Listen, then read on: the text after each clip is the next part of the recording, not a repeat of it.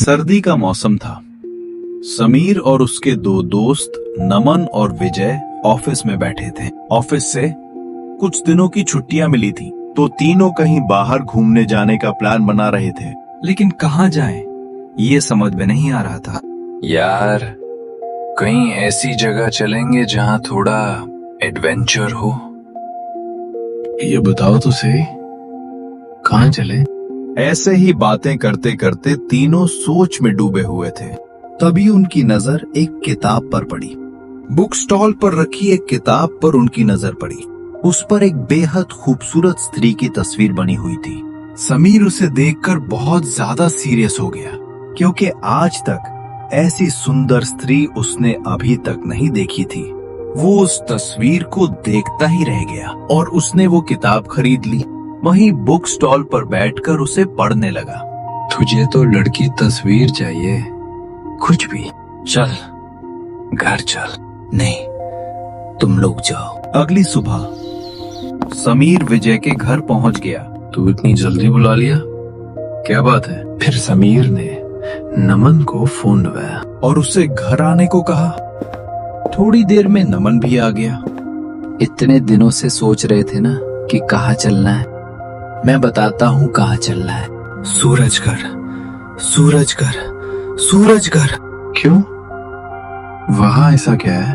तू कल किताब पढ़ रहा था, भूल गया क्या? फिर छोड़, तू बता क्या करना है। किताब का भूत उस पर सवार हो चुका था, और हो भी क्यों ना, उसमें बात ही कुछ ऐसी थी। इस किताब में लिखा है, सूरजगढ़ के किले में यक्षिणी नाम की एक भयानक आत्मा रहती है, जो लोगों को अपने जाल में फंसाती है और फिर उन्हें खत्म कर देती है। What nonsense! क्या बेवकूफी भरी बातें कर रहा है। यकीन मानो, ये बात सच है। मैंने उस किताब में पढ़ा है, सब कुछ लिखा है उसमें। ठीक है, डिसाइड कर लो। जहाँ तुम कहोगे वहीं चलेंगे। तो तय रहा, हम सूरजगढ़ चलेंगे। सूरजगढ़ का किला शहर से लगभग 4 किलोमीटर दूर था। तीनों ने कार से वहां जाने का प्लान बनाया। अगले दिन वे सूरजगढ़ के लिए निकल पड़े। विजय वो किताब भी साथ लेकर गया, जिसमें किले और यक्षिणी के बारे में लिखा था। तीनों गाने सुनते हुए, मस्ती करते हुए आगे बढ़ रहे थे। लेकिन धीरे धीरे रास्ता बदलने लगा। चारों तरफ घना जंगल, सिर्फ पेड़ ही पेड़, घनघोर अंधेरा, जानवरों की आवाजें, और दूर दूर तक कोई इंसान नहीं। रात के करीब 11 बजे वे सूरजगढ़ पहुंच गए। तभी उन्हें एक छोटी सी चाय की दुकान दिखाई दी। तीनों बहुत खुश हुए। सोचा कोई इंसान तो मिला। उन्होंने गाड़ी रोकी और चाय पीने लगे। वहां एक बूढ़ी महिला बैठी थी, जो ठंड से कांप रही थी। आंटी, चाय दे दीजिए। वो चाय बनाने लगी। समीर सोच रहा था, इतनी दूर जंगल में ये दुकान कैसे चलती होगी। चाय पीने के बाद हम सूरजगढ़ जा रहे हैं। नाम सुनते ही बूढ़ी महिला डर गई। तुम लोगों का दिमाग खराब है। सूरजगढ़ कौन घूमने जाता है? लोग नाम से ही डरते हैं। अरे अम्मा जी, आपका काम चाय पिलाना है, चाय पिला दीजिए। समीर ने पैसे दिए और तीनों वहां से निकल गए। थोड़ी ही देर में वे किले के पास पहुंच गए। घने जंगलों से घिरा हुआ, दरवाजे पर मकड़ियों के जाले, बस चारों तरफ सन्नाटा, जहां सिर्फ जानवरों की आवाज। ये बिल्कुल वैसा ही है जैसा किताब में लिखा था। चलो अंदर चलते हैं। दिमाग खराब है क्या तेरा? इतनी रात को कौन अंदर जाएगा? तो क्या करें? उन्होंने किले के पास ही कैंप लगाने का फैसला किया। तुम्हें क्या लगता है अंदर क्या होगा? मुझे नहीं लगता कुछ भी होगा। मैं भूत प्रेत में विश्वास नहीं करता। बस कर, बहुत हो गया। यहाँ एक कहानी मशहूर है। एक बहुत सुंदर आत्मा थी, जो हर किसी को अपने मोह में फंसा लेती थी होगा, और फिर उसकी हत्या कर देती थी। राजा भी उसका शिकार हो गया। फिर एक साधु ने उसे किले में कैद कर दिया। तो तू ये सब सच मानता है? अरे यार, डर गया क्या? नहीं, ऐसी कोई बात नहीं है। तीनों हंसते हैं।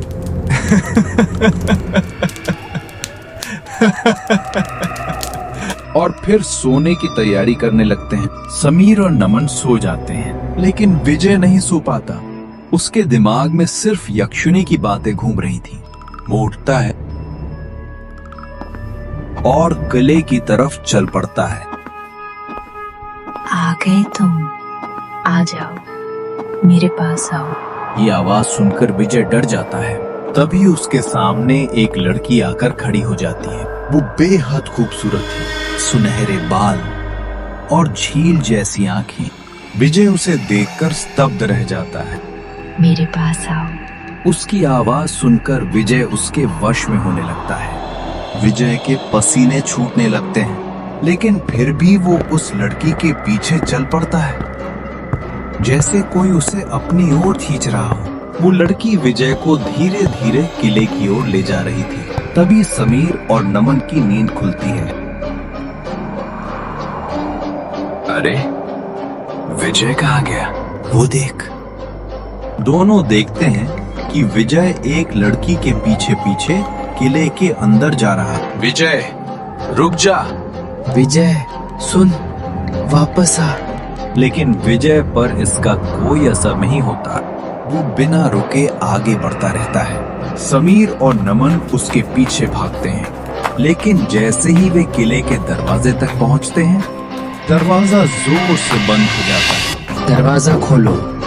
विजय अंदर से खोल। दोनों दरवाजे को बार बार धक्का देते हैं, लेकिन दरवाजा नहीं खुलता। फिर वे खिड़की की तरफ भागते हैं। खिड़की छोटी थी, लेकिन अंदर देखा जा सकता था। अंदर देख। समीर और नमन अंदर देखते हैं। विजय पूरी तरह यक्षिणी के मोहजाल में फंस चुका था। उसे बाहर की कोई आवाज सुनाई नहीं दे रही थी। यक्षिणी उसे अपने पास बुला रही थी और वो उसके पीछे पीछे चलता जा रहा था। विजय रुक जा। मत जा अंदर। लेकिन विजय अब किले के अंदर जा चुका था। समीर और नमन बहुत परेशान हो गए। अब क्या करें? हमें उसे बचाना होगा। लेकिन कैसे, ये उन्हें समझ नहीं आ रहा था। उधर विजय यक्षिणी के साथ एक कमरे में पहुंच चुका था। वो उसे अपने करीब बुला रही थी। अच्छा हुआ तुम आ गए। वो उसके बहुत करीब आ जाती है और उसे अपने वश में कर लेती है। कुछ देर बाद विजय को कुछ अजीब महसूस होने लगता है। वो दर्द महसूस करता है और जैसे ही वो देखता है, उसके सामने वो खूबसूरत लड़की नहीं, बल्कि एक भयानक यक्षिणी खड़ी होती है। लंबे नाखून, डरावना चेहरा। तभी विजय उसके मोहजाल से बाहर आता है। मुझे छोड़ दो प्लीज, मुझे जाने दो। मुझे नहीं पता मैं यहाँ कैसे आया। वो डर के मारे कांप रहा था। यहाँ आने वाले कभी जिंदा नहीं जाते। इतना कहते ही यक्षिणी हवा में लहराने लगती है और फिर जोर से विजय पर हमला करती है। बचाओ, प्लीज बचाओ। लेकिन उसकी आवाज सुनने वाला कोई नहीं था और धीरे धीरे विजय खून से लथपथ हो जाता है। इधर समीर और नमन बहुत परेशान थे। हम अंदर कैसे जाएं और विजय को कैसे बचाएं? तभी उन्हें अपने पीछे कुछ गिरने की आवाज सुनाई दी। ये आवाज? जैसे ही वे पीछे मुड़े, उनके होश उड़ गए। विजय? वहां विजय की लाश पड़ी थी। अब विजय जिंदा नहीं था। हम उसे बचा नहीं पाए। नहीं, ये हमारी गलती है। दोनों पूरी तरह टूट चुके थे। अब क्या करें? हमें कुछ करना होगा। वे किताब में समाधान ढूंढने लगते हैं, लेकिन किताब के कुछ पन्ने फटे हुए थे। रुको, यहाँ एक मोबाइल नंबर लिखा है। जल्दी कॉल कर। समीर तुरंत कॉल करता है। हेलो मैडम, हम सूरजगढ़ किले में हैं और यहाँ बहुत बड़ी समस्या हो गई है। जिसने ये किताब लिखी थी, उनकी मौत कई साल पहले हो चुकी है। ये उनकी आखिरी किताब थी और किताब छपने के अगले ही दिन उनकी मृत्यु हो गई। वो खुद सूरजगढ़ गए थे और वहाँ करीम नाम का एक आदमी रहता है। तुम्हें उसे ढूंढना होगा। इतना कहकर कॉल कट जाता है। हमें उसे ढूंढना होगा। चलो अभी चलते हैं। दोनों गांव की तरफ निकल पड़ते हैं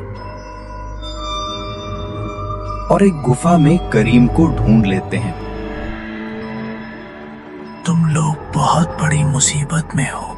यक्षिणी अब बेकाबू हो चुकी है। हमें विजय को बचाना था, लेकिन हम देर कर चुके। अब उसे रोकना आसान नहीं है, लेकिन एक तरीका है। हमें उसे एक कलश में कैद करना होगा। ये सामान लो, नींबू, घी, इत्र और कुछ विशेष चीजें। ये कैसे काम करेगा? इत्र और मांस की खुशबू उसे आकर्षित करेगी और मंत्र उसकी शक्ति को कमजोर करेंगे। जब वो पास आए तो तुरंत मंत्र पढ़ना और उस पर ये सामग्री डाल देना। और फिर उसे कलश में कैद कर देना।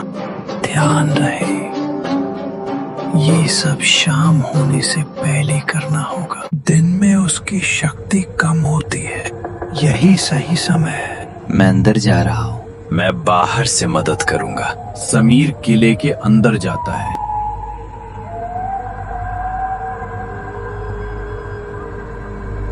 वो कच्चा मांस रखता है और चारों तरफ नींबू रखता है और इत्र छिड़कता है। कुछ ही देर में यक्षिणी वहां आ जाती है।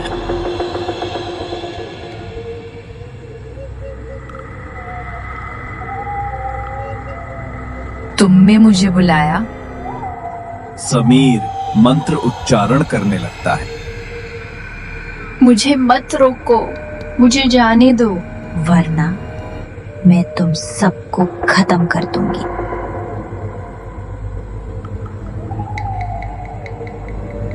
जैसे ही यक्षिणी कमजोर होती है, अब खत्म। समीर उसे कलश में कैद कर देता है और कलश को तुरंत बंद कर देता है। यक्षिणी हमेशा के लिए कैद हो जाती है। किला अब पूरी तरह शांत था। सिर्फ हवा की आवाज और एक डरावना सन्नाटा। हमने उसे खो दिया, लेकिन उसे इंसाफ मिल गया। अब किला शांत था। यक्षिणी कलश में कैद हो चुकी थी, लेकिन उस रात की याद और अपने दोस्त को खोने का दर्द हमेशा उनके दिलों में जिंदा रहेगा। कुछ कहानियां खत्म नहीं होती, बस याद बनकर रह जाती हैं। सवार